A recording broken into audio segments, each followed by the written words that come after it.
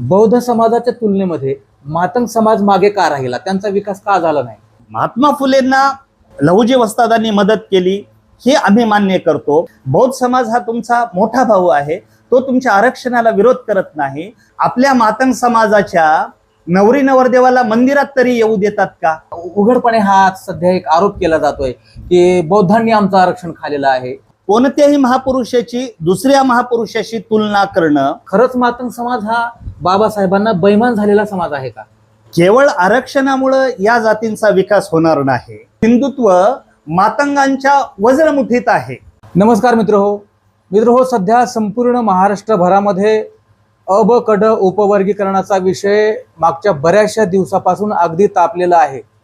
Social मीडियाच्या कुठल्याही फॉर्मवर गेला तर सोशल मीडियाच्या वेगवेगळ्या प्लॅटफॉर्मवर विशेषतः नवबौद्ध समाजाचे आणि मातंग समाजाचे वेगवेगळे ग्रुप आहेत आणि त्या वेगवेगळ्या ग्रुपच्या माध्यमातून हा जो आरक्षणाचा विषय आहे त्या विषयावर बरेच तज्ज्ञ लोक सुद्धा बोलत आहेत आणि थोडेफार अर्धवट ज्ञान असलेले सुद्धा लोक बोलत आहेत. दोन्ही गटाकडून काही जे वाचाळवीर असतात की ज्यांना खरोखरच विषय समजलेला नसतो, पण त्यांच्याकडून अगदी खालच्या पातळीवर जाऊन टीका सुद्धा एकमेकावर करत आहेत. या लोकांनी खरं तर दोन्ही महापुरुषांना डॉक्टर बाबासाहेब आंबेडकर आणि डॉक्टर अण्णाभाऊ साठे यांना सुद्धा टीका करीत असताना सोडलं नाही. अशा वाचाळवीरांचं सुद्धा कितपत योग्य आहे आणि उपवर्गीकरणाचा हा जो आरक्षणाचा विषय आहे खरंच लागू झाल्यानंतर त्या 59 जातींना खरोखरच या आरक्षणाचा किती फायदा होणार आहे, याचे सकारात्मक परिणाम आणि याचे नकारात्मक परिणाम या दोन्ही गोष्टीवर आज या व्हिडिओच्या या मुलाखतीच्या माध्यमातून आपण चर्चा करणार आहोत. मित्रहो, माझ्यासोबत रायगड जिल्ह्यातील माणगाव तालुक्याचे ज्येष्ठ पत्रकार प्रभाकर मसुरे सर आहेत आणि त्यांचं काम विशेषतः आंबेडकरी चळवळीमध्ये सुद्धा खूप मोठं योगदान त्यांचं आहे. एक आंबेडकरी चळवळीचे अभ्यासक म्हणून प्रभाकर मसुरे सरांना ओळखलं जातं. तर या मुलाखतीच्या माध्यमातून आपण त्यांच्यासोबत या आरक्षणाची सकारात्मक बाजू आणि नकारात्मक बाजू या दोन्ही बाजूनं आपण या व्हिडिओच्या माध्यमातून सविस्तर अशी चर्चा करणार आहोत आणि त्यांच्याकडून या विषयाच्या अनुषंगानं बरंच काही जाणून घेणार आहोत. सर, जय भीम. जय भीम. नमो बुद्धाय. या पॉडकास्टमध्ये मी आपलं स्वागत करतो. सर, खरं तर आरक्षणाचा उपवर्गीकरणाचा हा जो विषय आहे मागच्या बऱ्याच दिवसापासून अगदी तापलेला विषय आहे आणि विशेषतः यामध्ये मातंग समाज आणि नवबौद्ध समाज या दोन्ही समाजाकडून अगदी चांगल्या आणि वाईट गोष्टी पण दिसून येत आहेत. मला एक तुम्हाला प्रश्न विचारावा वाटतो की जो मातंग समाजाकडून किंवा इतर जातीकडून पण बरेच लोक म्हणतात की नवबौद्ध समाजाचा विकास होण्याचं एकमेव कारण आहे आरक्षण. त्यांनी बौद्ध धर्म स्वीकारला, प्रबोधन केलं, शिक्षणाचा मार्ग धरला, अंधश्रद्धा सोडून दिली, हा नंतरचा भाग आहे. पण प्रथम क्रमांकावर जर कुठला विषय असेल विकास होण्यामध्ये तर ते आरक्षण आहे. मग बऱ्याच लोकांचं असं म्हणणं आहे, विरोधकांचं म्हणा, की बाबा ज्या नवबौद्ध समाजाचा विकास आरक्षणामुळे झाला तोच नवबौद्ध समाज इतर 58 जातींना आरक्षण मिळू नये यासाठी विरोध का करते? तुमचं या संदर्भात काय म्हणणं आहे? अनुसूचित जातीचं अ ब क ड जे हे वर्गीकरण जे आहे शासनाने चुकीच्या पद्धतीनं या अनुसूचित जाती समाजामध्ये वाद निर्माण करण्यासाठी केलेलं हे कटकारस्थान आहे असं मला वाटतं.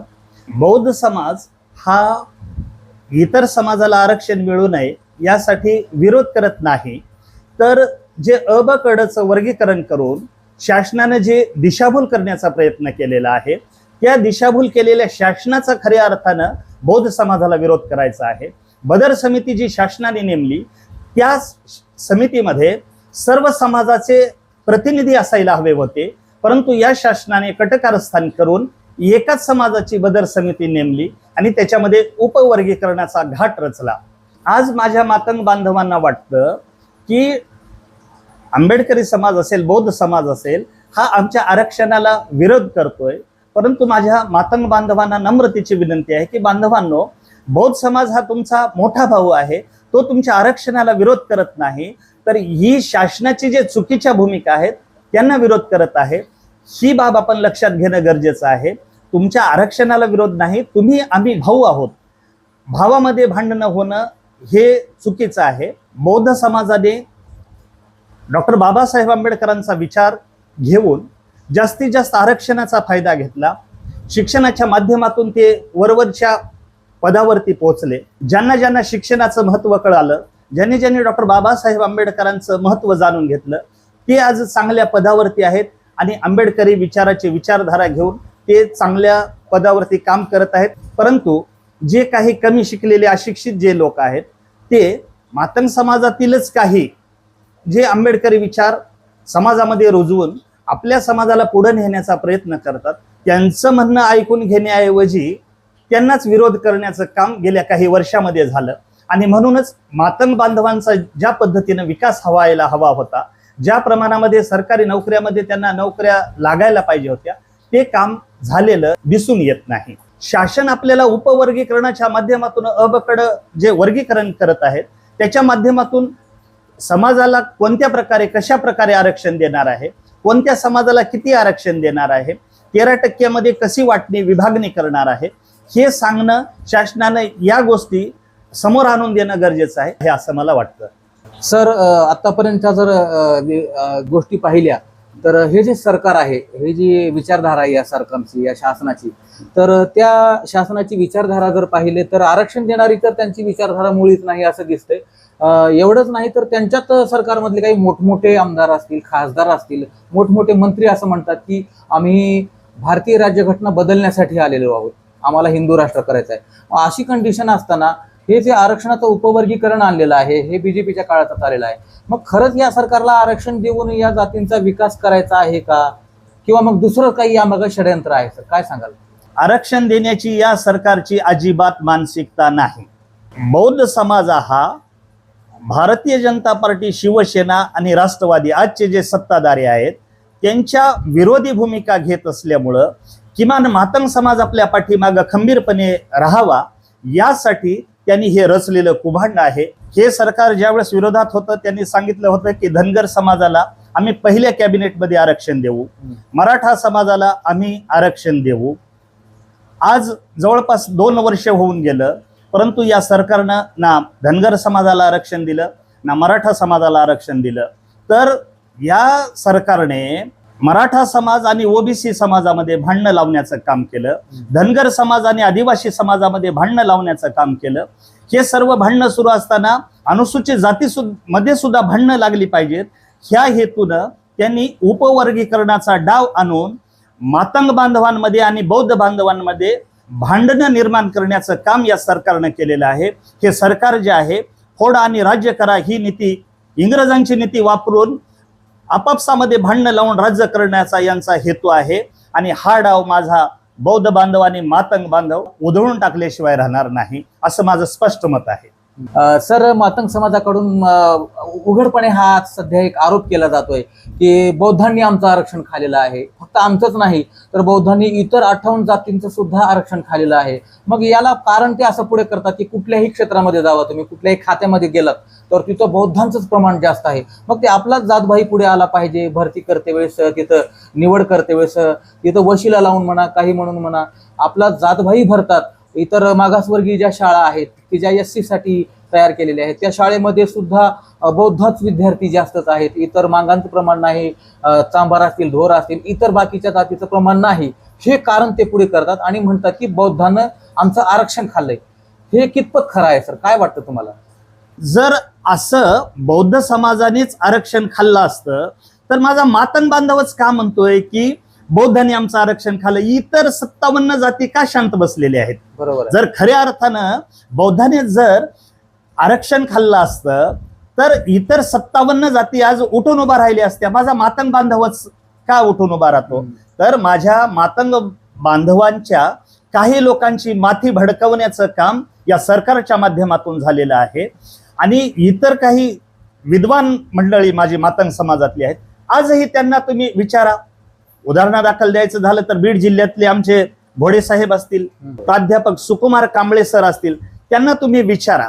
म्हणजे असे विद्वान खूप मातंग समाजामध्ये आहेत की त्यांना माहिती आहे की बाबा आपलं आरक्षण या समाजानं खाल्लं नाही तर आपला समाज लोकशाहीर अण्णाभाऊ साठेंचे विचार, डॉक्टर बाबासाहेब आंबेडकरांचे विचार घेऊन हा शिक्षणाकडे वळला गेला नाही. त्याच्यामुळं माझा मातंग समाज आर्थिक सुबत्तेमध्ये मागं पडला, शैक्षणिक सुबत्तेमध्ये मागं पडला. आणि म्हणून आज मातंग समाजाची म्हणावी तशी बौद्ध समाजाच्या तुलनेत तुलनेमध्ये जशी प्रगती व्हायला हवी होती ती झाली नाही. आपण बरोबरीनं विकास साधण्याचा प्रयत्न करणं हे गरजेचं आहे. एकमेकामध्ये भांडण्यापेक्षा आपण एकमेक सोबत राहून आपली आर्थिक सुबत्ता, राजकीय सुबत्ता, धार्मिक सुबत्ता कशा पद्धतीनं होईल या दृष्टीने आपण प्रयत्न करणं गरजेचं आहे. सर, आंबेडकरी समुदायातील बरेचसे जे जाणकार मंडळी आहेत त्यांच्याकडून असं म्हटलं जात आहे की हे जे अ ब क ड उपवर्गीकरण आहे हे आरक्षण कायदेशीर नाही आणि त्यामुळं भारतीय राज्यघटनेची पायमल्ली होत आहे असं बरेचसे जाणकार मंडळी म्हणत आहेत.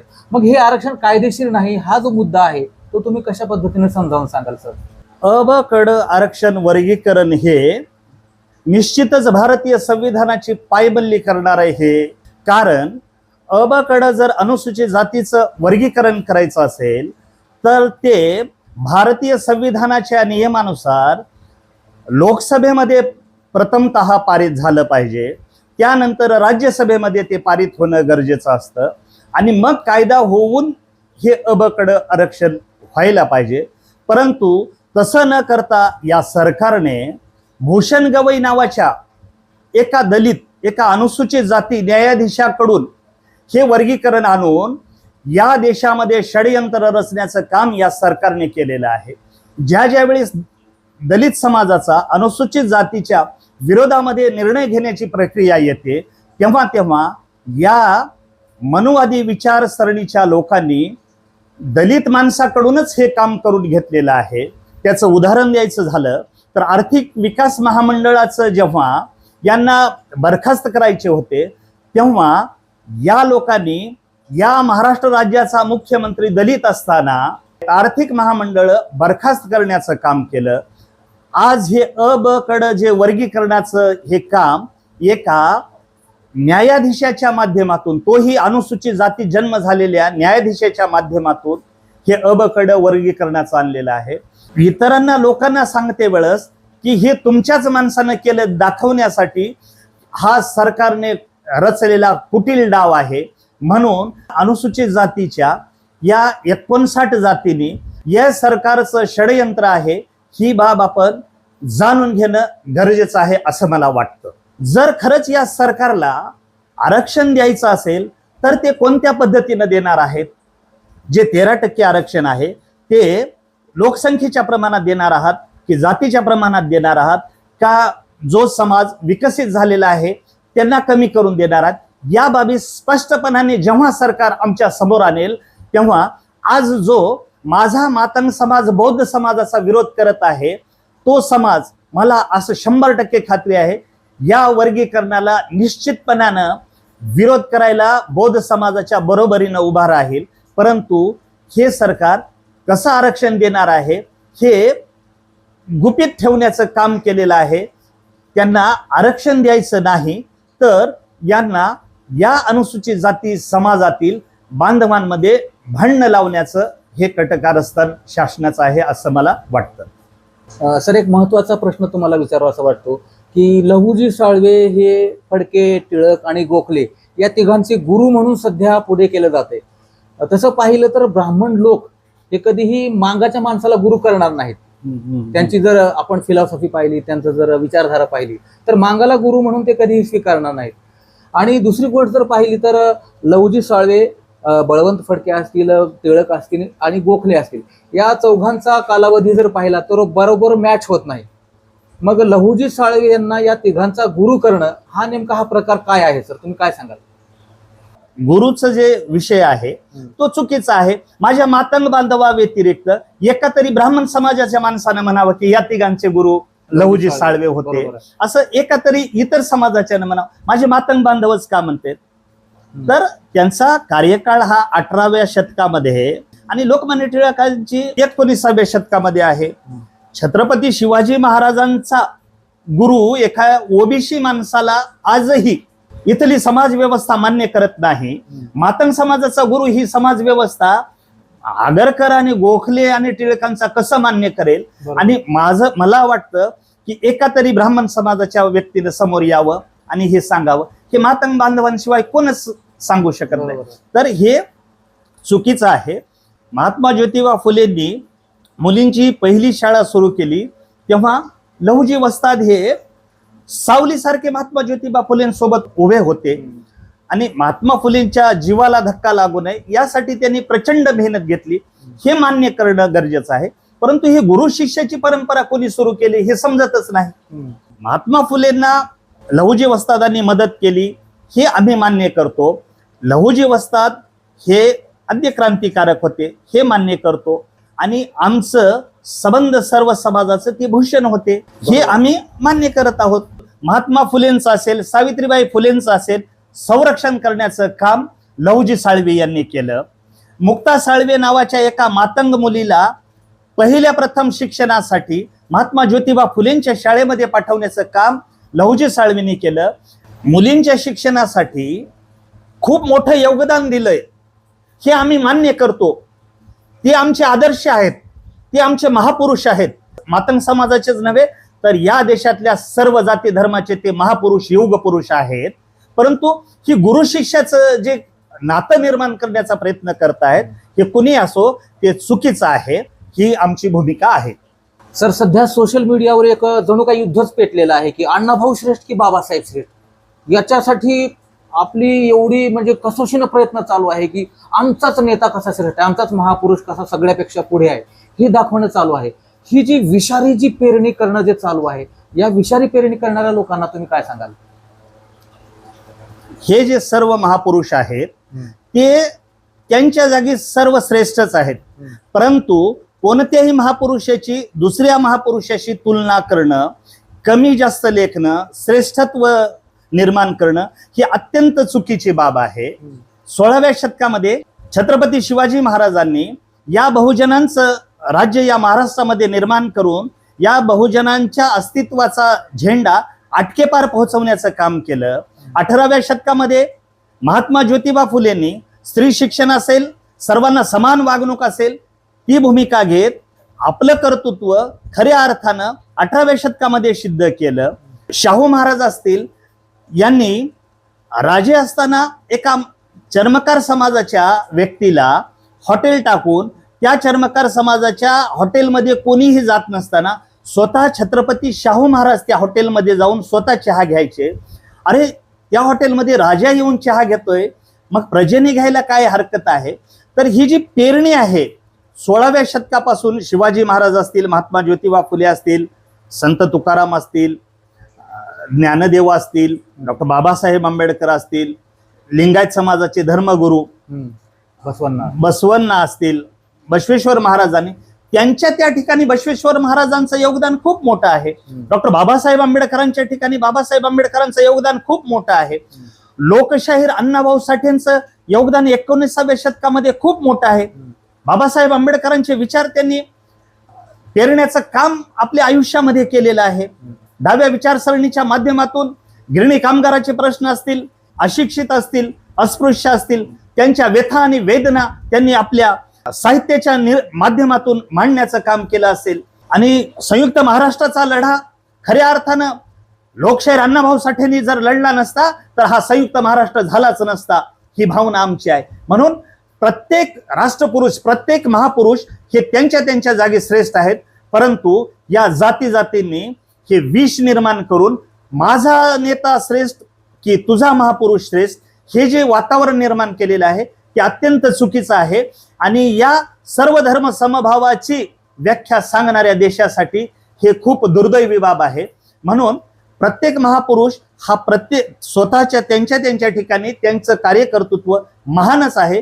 ही बाब लक्षात घेऊन कोणत्याही महापुरुषाला श्रेष्ठत्व कमीत्व देऊन आपण आपल्या आकलेचे तारे तोडू नये. आपण सर्व जाती धर्माचे बांधव या देशामध्ये गुण्यागोविंदाने राहत आहोत, हे फक्त भारतीय संविधानामुळं. म्हणून या भारतीय संविधानाची पायमल्ली होणार नाही या दृष्टीनं कोणत्याही महापुरुषाला श्रेष्ठत्व आणि कमीत्व लेखून आपण आपल्या देशाची प्रतिमा, आपल्या समाजाची प्रतिमा, आपल्या संस्काराची प्रतिमा, आपल्या आईवडिलाची प्रतिमा कमी करत आहोत. ही बाब लक्षात घ्यावी असं मला वाटतं.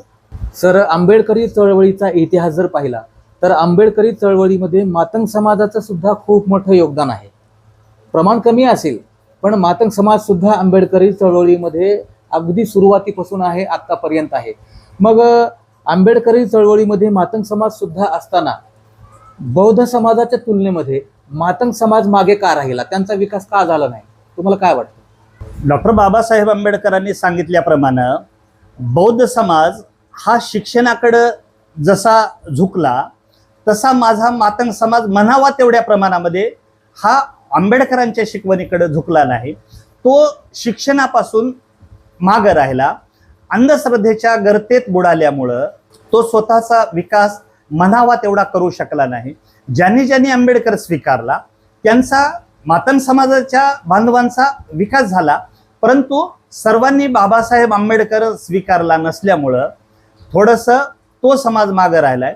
माझ्या मातंग बांधवांनी आंबेडकरही समजून घेतला नाही आणि लोकशाहीर अण्णाभाऊ साठेही समजून घेतलं नाही.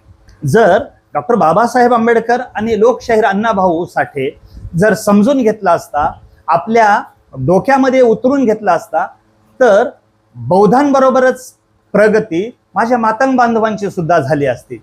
आज माझा मातंग बांधव जय भीम म्हणत नाही, परंतु जय लहूजी म्हणतो. जय लहूजी सुद्धा आपले राष्ट्रपुरुष आहेत, परंतु मातंग बांधवांनी खऱ्या अर्थानं लहुजींचे विचार तरी आत्मसात केलेत का, हा माझ्या समोर प्रश्न आहे. कारण 18व्या शतकामध्ये लहुजी साळवींनी स्त्री शिक्षणासाठी महात्मा ज्योतिबा फुलेंच्या समवेत जे योगदान दिलं ते आज 19व्या शतकामध्ये माझ्या मातंग समाजाने का शिक्षणाचा अवलंब खऱ्या अर्थानं करून घेतला नाही. डॉक्टर बाबासाहेब आंबेडकरांचे विचार, लहुजी साळवींचे विचार, लोकशाहीर अण्णाभाऊ साठेंचे विचार हे शिक्षणाकडे नेणारे विचार आहेत, विकासाकडे नेणारे विचार आहेत, परंतु हे विचार न घेता माझा मातंग समाज अंधश्रद्धेच्या गर्तेमध्ये बुडाला आणि अंधश्रद्धेमुळं त्याचं शिक्षण म्हणाव्या त्या प्रमाणामध्ये झालं नाही. आज माझा मातंग बांधव म्हणतोय की हिंदुत्व मातंगांच्या वज्रमुठीत आहे. असं म्हणणाऱ्या माझ्या मातंग बांधवांना सांगायचं आहे की बांधवांनो, हिंदुत्व तुमच्या वज्रमुठीत आहे तुम्ही म्हणताय, एखाद्या मंदिरामध्ये गेल्यानंतर आपल्या मातंग समाजाच्या नवरी नवरदेवाला मंदिरात तरी येऊ देतात का? आपल्या याच हळीच्या शेजारी बोरगाव या ठिकाणी मातंग समाजाची महिला सरपंच झाली म्हणून त्यांच्या घराबाळाला अख्ख्या गावाने मारहाण करून त्यांना गावातून हाकलून दिलं. परवाच एके ठिकाणी वधूवर मारुतीच्या पाया पडायला मंदिरामध्ये गेल्या असताना त्या गावच्या लोकांनी त्या मंदिराचा दरवाजा बंद केला. मग कोणतं हिंदुत्व तुम्ही घेऊन मिरवताय? अरे, ज्या लहुजी साळवेंनी शिक्षणाची कास धरून 18व्या शतकामध्ये महात्मा ज्योतिबा फुलेंच्या समवेत मुक्ता साळवीला महात्मा फुलेंच्या शाळेमध्ये टाकून महिलांच्या मुलींच्या शिक्षणासाठी त्यांनी अहोरात्र मेहनत घेतली, त्यांचा तरी माझ्या मातंग बांधवांनी विचार आत्मसात केलाय का? आज लोकशाहीर अण्णाभाऊ साठे असतील, लहुजी साळवे असतील, यांनी हिंदुत्व कुठं मान्य केलं आहे काय? लहुजी साळवे आणि लोकशाहीर अण्णाभाऊ साठे यांचा विचार तरी हिंदुत्वाकडे जाण्याचा होता का? मग तुम्ही कोणत्या विचाराने जात आहात? म्हणून माझ्या मातंग बांधवांना नम्रतेची विनंती आहे की जोपर्यंत आपण लहुजी साळवेंचे विचार, लोकशाहीर भारतरत्न अण्णाभाऊ साठेंचे विचार आपण आत्मसात करणार नाही, तोपर्यंत आपला विकास होणं अशक्य आहे, एवढंच मला म्हणावंसं वाटतं. सर, सोशल मीडियावर बरेचसे जे नवबौद्ध समाजाचे जे ग्रुप आहेत, फेसबुक असतील, वेगवेगळे जे प्लॅटफॉर्म आहेत, त्या सोशल मीडियाच्या विशेषतः नवबौद्ध समाजाच्या ग्रुपकडून एकच कॉमेंट केला जातो. बऱ्याच वेळेस हा कॉमेंट मी वाचलेला आहे, तुम्ही सुद्धा वाचला असेल, की तो कॉमेंट असतो की मातंग समाज हा बाबासाहेबांना बैमान झालेला समाज आहे. सर्रासपणे हा कॉमेंट किती वेळेस तरी वाचायला मिळतो. मग मला तुम्हाला विचारायचं की खरंच मातंग समाज हा बाबासाहेबांना बैमान झालेला समाज आहे का? नाही, हे माझं स्पष्ट मत आहे. जे कोणी बैमान झालं अशी जी पोस्ट टाकतात त्यांना मला सांगायचं आहे की मातंग समाज हा डॉक्टर बाबासाहेब आंबेडकरांना बेईमान अजिबात झालेला नाही. काही जे अर्धवट जे आहेत, अर्धवट शिकलेले, ज्यांना बुद्धीचा भाग नाही, ज्यांना स्वतःची घरं सांभाळता येत नाही, असे काही लोक अशा पद्धतीच्या कॉमेंट्स करून समाजामध्ये दोही निर्माण करण्याचा प्रयत्न करतात. जे शिकलेले मातंग समाजामध्ये अनेक आपले बांधव आहेत की ते डॉक्टर बाबासाहेब आंबेडकरांची विचारधारा घेऊन चाललेले आहेत. आणि याचं उदाहरणच द्यायचं म्हटलं तर डॉक्टर बाबासाहेब आंबेडकर मराठवाडा नामविस्ताराच्या लढ्यामध्ये बौद्ध समाज जेवढ्या त्वेषानं त्या नामांतरासाठी पुढे होता तेवढाच खांद्याला खांदा लावून माझा मातंग बांधव सुद्धा त्या नामांतराच्या लढाईमध्ये पुढे होता. म्हणून काही लोक अशा पद्धतीच्या चुकीच्या कॉमेंट्स करत असतील तर ती अर्धवट शिकलेली आहेत. ही बाब लक्षात घेऊन माझ्या बौद्ध बांधवांनी मातंग समाज बेईमान झाला हे म्हणणं अत्यंत चुकीचं आहे. का तर आपल्या बौद्ध समाजामध्ये सुद्धा काही लोक मातंग बांधवांचा द्वेष करणारे आहेत. म्हणून एखाद्या 2 लोकांवरून किंवा 4-2 लोकांवरून आपण पूर्ण समाजाला दोष देणं चुकीचं आहे. 4-2% मातंग समाजाचे आंबेडकरी विचाराला बेईमान झाले असतील, बौद्ध समाजाचे त्या विचाराला बेईमान झालेतच ना.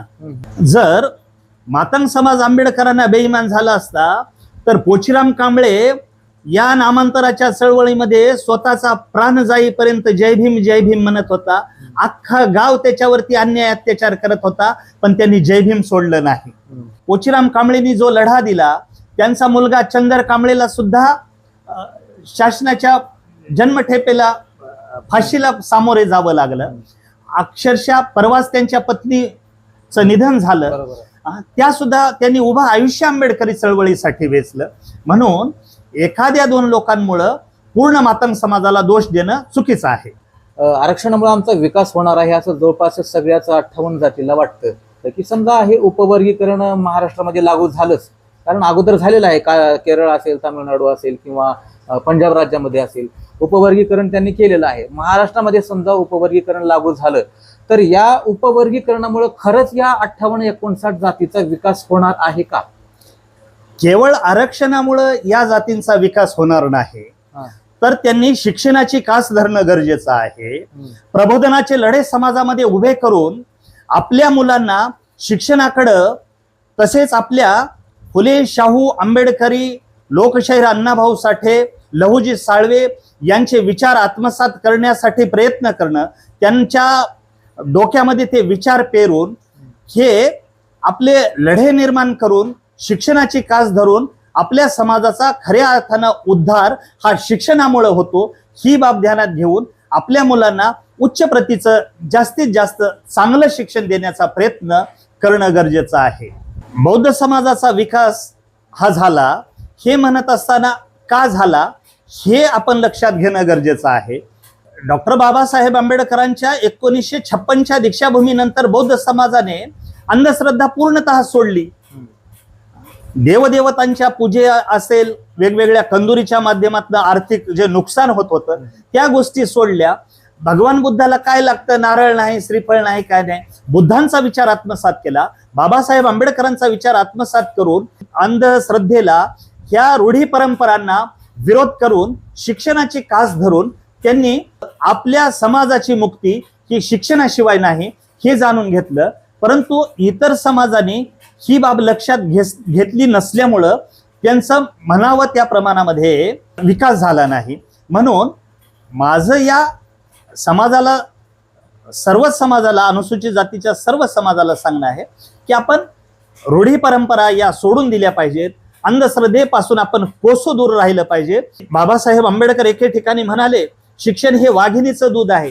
वाघिणीचंच दूध का म्हणाले तर बकऱ्याची, कोंबड्याची कंदुरी केली जाते परंतु वाघाची कंदुरी करू शकत नाही. म्हणून बाबासाहेब आंबेडकर ज्याप्रमाणे म्हणाले शिक्षण हे वाघिणीचं दूध आहे आणि ते प्राशन केल्याशिवाय, गुरगुरल्याशिवाय राहणार नाही, हे बाबासाहेब आंबेडकरांना मानणाऱ्या बौद्ध समाजाने जाणून घेतलं आणि शिक्षण घेतलं आणि ते गुरगुरायला लागले. आणि आरक्षणाच्या माध्यमातून असेल, विविध माध्यम वापरून त्यांनी आपला विकास करून घेण्याचं काम केलं. परंतु मातंग समाजाच्या या गोष्टी लक्षात आल्या नसल्यामुळं एकनाथ आव्हाड साहेबांनी फुले शाहू आंबेडकर, लोकशाहीर अण्णाभाऊ साठे, लहुजी साळवेंचे विचार घेऊन संपूर्ण महाराष्ट्रामध्ये त्यांनी उभं आयुष्य वेचलं. आज एकनाथ आव्हाड साहेबांचे विचार माझ्या मातंग समाजानं लक्षात घेणं गरजेचं आहे. 2012 मध्ये मी या ठिकाणी बौद्ध धम्म परिषद घेतली होती. तर त्या बौद्ध धम्म परिषदेचे प्रमुख पाहुणे म्हणून एकनाथ आव्हाड साहेब, लक्ष्मण माने साहेब, सुषमाताई अंधारे या काही बौद्ध समाजाच्या होत्या का? बरोबर. त्यांना इथं मी आणून प्रबोधन सर्व समाजामध्ये करून घेण्याचं काम केलं. आपण आपल्या समाजाची तरी अस्मिता जपण्याचं काम प्रथमतः केलं पाहिजे. एकनाथ आव्हाड साहेबांनी उभं आयुष्य बेचलं, त्यांच्या तरी विचार आपण आत्मसात केलेत का? आरक्षणामुळेच आपला विकास होईल असं अजिबात नाही.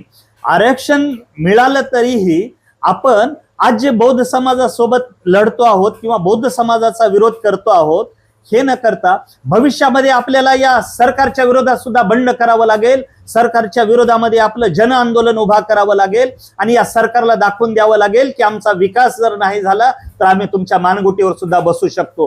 ही भूमिका घेऊन आपण आपल्या विकासासाठी जन आंदोलन करणं हे सुद्धा खूप गरजेचं आहे. जर का आरक्षण मिळालंच, कडच्या माध्यमातून आरक्षण मिळालंच, तर केवळ आरक्षण घेऊन बसून चालणार नाही. तर हे आरक्षण आपल्या समाजापर्यंत पोहोचवण्यासाठी, आपल्याला आपले अधिकार प्राप्त करून घेण्यासाठी या सरकारच्या विरोधामध्ये आपल्याला ही चळवळ उभी करावी लागेल. तरच आपल्या समाजाचा आणि आपला विकास होऊ शकेल. सर, सोशल मीडियावर या उपवर्गीकरणाच्या मुद्द्यावर जे नवबौद्ध समाजाकडून आणि मातंग समाजाकडून सुद्धा, जे दोन्ही समाजाकडून काही जे वाचाळवीर आहेत, अगदी खालच्या पातळीवर एकमेकावर चिखलफेक करत आहेत. कोण किती जास्त भारी शिव्या देतंय ते त्यांना दाखवून द्यायचं आहे. जो जेवढा भारी शिव्या देईल तो तेवढा भारी. जणू काय याची स्पर्धाच लागलेली आहे शिव्या देण्याची. एकमेकाची आई बहीण काढत आहेत कॉमेंट्समधून. हे ते विषारी जे काही निर्माण झालेलं आहे वातावरण, हे विषारी वातावरण नक्कीच दोन्ही समाजाकडील, दोन्ही गटाकडील वाचाळवीरांनी, अर्धवट शिकलेल्या बुद्धीच्या लोकांनी तयार केलेलं आहे. या वाचाळवीरांना तुम्ही काय सांगाल सर? या वाचाळवीरांना मी सांगू इच्छितो की आपण, माझा मातंग बांधव जो डॉक्टर बाबासाहेब आंबेडकरांच्या विरोधामध्ये काही लिहित असेल, बोलत असेल, तर ते अत्यंत चुकीचं आहे. आणि माझा बौद्ध बांधव लहुजी साळवे, लोकशाहीर अण्णाभाऊ साठे यांच्याबद्दल काही अपशब्द वापरत असेल तर ते खूप चुकीचं आहे. अत्यंत ही दुर्दैवी बाब आहे. म्हणून माझ्या बौद्ध बांधवांना विनंती आहे की जे कोणी लोकशाहीर अण्णाभाऊ साठे आणि लहुजी साळवे हे आपले आदर्श आहेत, यांचा जो अवमान करेल, त्या बौद्ध समाजाच्या कोणी असो, त्या अर्ध डोक्याच्या, अर्ध विचाराच्या व्यक्तीला ताळावर आणण्यासाठी बौद्ध समाजाने पुढाकार घेणं गरजेचं आहे. आणि जे माझे मातंग समाजातले काही अल्पबुद्धीचे लोक डॉक्टर आंबेडकरांच्या बद्दल काही अपशब्द वापरत आहेत, भारतीय संविधानाबद्दल जे काही अपप्रचार करीत आहेत, त्यांचे डोके ठिकाण्यावर आणण्यासाठी माझ्या मातंग बांधवांनी पुढाकार घेऊन त्यांना ताळ्यावर आणणं गरजेचं आहे. कारण डॉक्टर बाबासाहेब आंबेडकर, लोकशाहीर अण्णाभाऊ साठे, लहुजी साळवे हे आपले आदर्श आहेत. ही भावना आपण लक्षात घेऊन, आपल्यासाठी त्यांचं झालेलं योगदान लक्षात घेऊन, आपल्या अल्पबुद्धीला जर माहीत नसेल तर ते वाचन करून आपण घ्यावं आणि त्या महापुरुषाबद्दल हे जे आपण चुकीचं अपशब्द काढत आहोत ते त्वरित थांबवावं. अन्यथा त्यांचे वाईट परिणाम आपल्याला भोगावे लागतील, ही बाब लक्षात घ्यावी. आणि भविष्यामध्ये असं जर कोण करत असेल तर आम्ही बौद्ध बांधव म्हणून आणि लहान भाऊ मातंग बांधव म्हणून आम्ही त्यांना ताळ्यावर आणण्याचं काम करणार आहोत. ही बाब या माध्यमातून लक्षात घ्यावी. सर, आपण बऱ्याच वेळापासून बोलत आहोत. आता मला अगदी शेवटचा प्रश्न तुम्हाला विचारायचा आहे की मातंग समाज आणि नवबौद्ध समाज हे दोन्ही समाज अगोदरपासूनच गावगाड्यामध्ये एकत्र आहेत. अगोदरपासून त्यांनी एकत्र मार खाल्लेला आहे, एकत्र अन्याय सहन केलेला आहे. ज्यावेळेस नवबौद्धांच्या झोपड्या जाळल्या गेल्या त्यावेळेसच मातंगाच्याही झोपड्या जाळायच्या. बरेचसे जे प्रवृत्ती होत्या त्या अन्याय करणाऱ्या प्रवृत्तीकडून केवळ मांगाचीच घरं जाळली जायची नाही, तर नवबौद्धांची सुद्धा वस्त्या जाळल्या जायच्या. म्हणजे गावगाड्यामध्ये दोघांनीही एकत्रच मार खाल्लेला आहे, दोघांनीही एकत्र अन्याय सहन केलेला आहे, अन्यायाच्या विरोधात आवाज सुद्धा उठवलेला आहे. मग आता थोडंफार हे वातावरण चिघळलेलं आहे. या पुढील काळामध्ये सुद्धा हे दोन्ही समाज एकत्र राहून यांचं नातं असं घनिष्ठ राहण्यासाठी तुम्ही त्यांना उपाययोजना म्हणून काय सांगाल? माझ्या बौद्ध बांधवांना आणि मातंग बांधवांना सांगू इच्छितो की गावगाड्यामध्ये आपल्याला शूद्र म्हणून आपल्याला गावाच्या बाहेर ठेवलेलं आहे. दोघही भाऊ आपण एकच आहोत, परंतु आपल्या भावाभावामध्ये भांडणं लावून आपल्या शक्ती आपापना भावाभावामध्येच खर्च करून आपल्याला भांडणामध्येच गुरफटून टाकण्याचा हा जो कुटील डाव इथल्या व्यवस्थेने केलेला आहे, त्या व्यवस्थेला चोख उत्तर देण्यासाठी बौद्ध बांधवांनी आणि मातंग बांधवांनी आपल्या आपापसातील काही मतभेद असेल ते बाजूला सारून आपण भाऊ भाऊ आहोत ही भूमिका घेत आपापसामध्ये जो गेल्या हजारो वर्षापासून आपण एकत्रित राहत आहोत, भाऊ भाऊ म्हणून राहत आहोत, त्याच पद्धतीनं भविष्यात सुद्धा आपल्या सुखदुःखामध्ये आपणच एकत्रित राहणं गरजेचं आहे.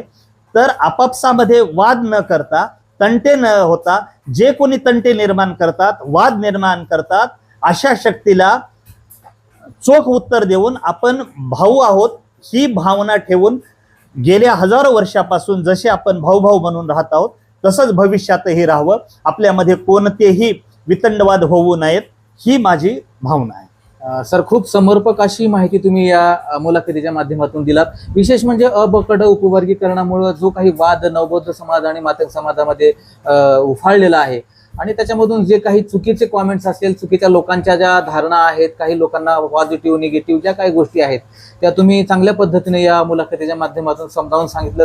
खरं तर सर, आजही गावगाड्यामध्ये मांग आणि महार ह्या जातींना वेगळं समजलंच जात नाही. बऱ्याच इतर जातींना माहीतच नाही की मांग आणि महार ही वेगळी जात आहे.